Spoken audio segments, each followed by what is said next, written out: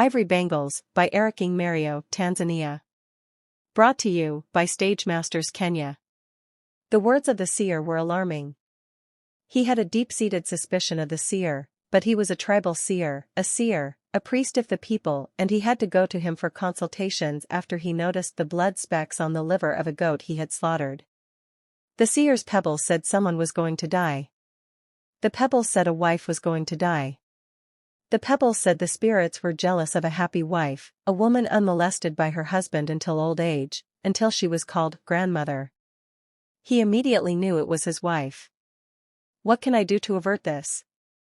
The pebbles said he had to give her a thorough beating. The pebbles said he had to send her to her parents after the beating. They can be appeased in another manner. I will give any number of goats. The pebbles said he had to give his wife a thorough beating. The pebbles said he had to send her to her parents after the beating. His wife came and unstrapped his leather sandals and led him behind the house to the lean-to, bathed him and rubbed him sharp-smelling unguent. His taut back and shoulder muscles stopped being like dogs with bared teeth. "Girl," the old man said to his elderly wife, "Girl, I have something I heard today. We'll talk about it after the meal." They came back from the evening into the house and sat facing each other, the hearth between them. The woman pulled a piece of firewood, cracked it in 2 slivers, pulled off some loose shavings, and arranged the tinder and the firewood over the coals.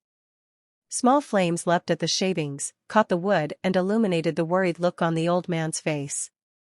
"How is the child?" he asked of the boy whose father, their only son, had agreed to let them spoil. "He is asleep." The boy slept by his grandmother's bed. Soon, however, he would be too old for that. "Eat your food. It is getting cold. Do you know where I went this evening?"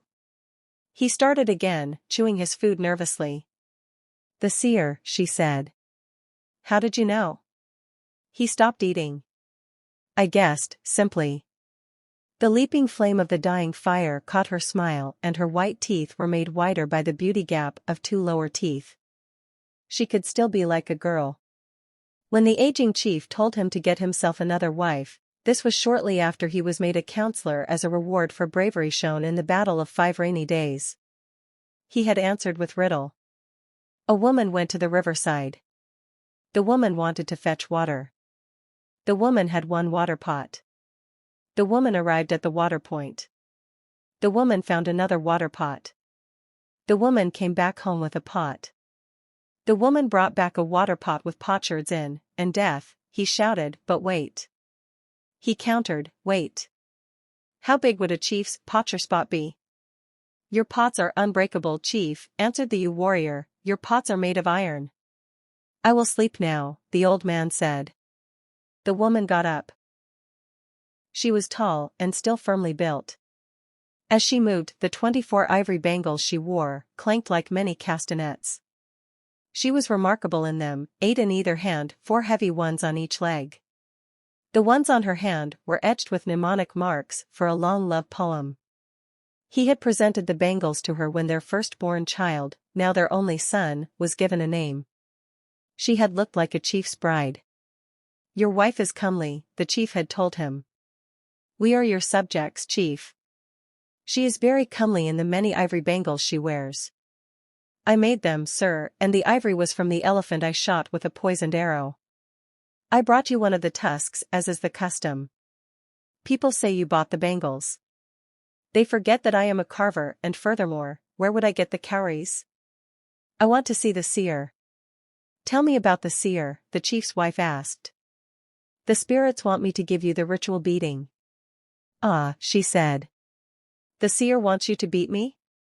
"The seer is only the mouthpiece of our departed fathers, woman." "I know the seer," the old woman said. The man kept quiet. "He once wanted to marry me. He said he would put a spell on me." This was an often repeated story. During happier moments, he would answer, "Ted, I got you," but now he said angrily, "It wasn't he who put the blood specks on the goat's liver." "That old vulture," she murmured. "There must be some way," he said, shifting uncomfortably. "There is, and I will tell you," she said. "Can't she see that her life is involved?" The morning, the man went to his place of work and she, later in the day, went to the market. She heard people saying something about elephants, which had been near the forest. "The herd is coming down to the plains now," one man said. Another commented on how devastating the beasts would be to the young plants. "Peoples who know how to use poisoned arrows have followed them. With poisoned arrows, several can be killed," another was saying. "A marketplace, many are its people and thrice as many its words." The woman moved on, bangles clanking softly, a loved woman emblazoned with ivory. She was thinking, "I will first go home, cook for the man, the later, I will go home to my brother's place." She hurriedly bought various things with the cowries she had, bartered a satchelful of peas for a big hen, got a length of sugar cane to give the boy, some snuff for the man, salt soda, and some monkey nuts which she loved to eat cooked, not roasted. As she slowly made her way home, she heard the cries. They came from scouts who were perched on top trees, observing the elephants and warning people of the beast's movement. The cries were relayed from one scout to another, the elephants being escorted by these human noises until they moved out of the populated area. "Beware! Beware!" They were crying, "Beware! 6 elephants, 1 bull and 5 cows are going down the hill at Sangios, beware! They have crossed River Marway. Pause. Beware! Beware! People of Mtorobo's homestead. The 5 she-elephants are now in your banana grove. The bull is on the path coming from the stream." I was short. She heard the crash, the turned and saw it. It was dark house and it was madly trumpeting. She was lifted bodily. At this, she was very indignant and she struggled to pull her skins to cover her nakedness. That was all. After bashing her on trees and banana plants, the wounded bull elephant put her on the ground and repeatedly stamped on her. They found her thus in her shallow grave, a mass of flesh and blood and shattered ivory bangles. The end.